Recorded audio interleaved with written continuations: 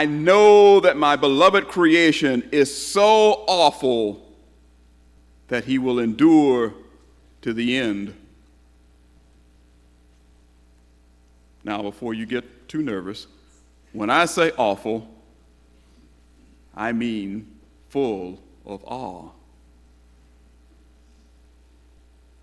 This beloved creature is so full of awe, he will endure to the end. His faith will endure to the end. And we see it said at the end that Job says, I can see you now. This is what awe does for us, helps us to see. You see, the adversary figured Job's awe-filled faith was conflated with, rooted in, perhaps numbed by Job's trappings. But the advocate, our supreme God who created us, had a different view of Job's awfulness, of Job's faithfulness. Beloved, I want to suggest to you that we are created for awfulness. After he made that choice, we put him in hospice, and very quickly after that, sepsis, of course, developed in his body, and he died. People marveled when they walked into my father's hospital room. They marveled at the peace that he had.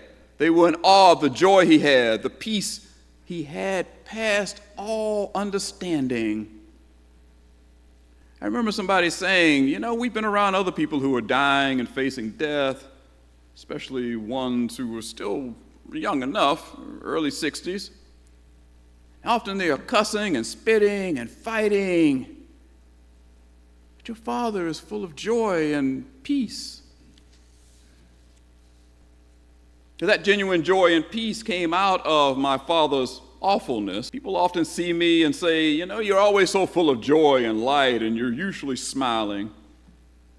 Sometimes they think it's an act. Sometimes I think it's an act. Wonder if we're faking it to make it. You know how it is. But I've thought about it over the years, especially these last few years as I've been discerning, and especially over the last few months. And I've come to the conclusion it's not an act. It is a genuine part of who I am. I am in awe of God.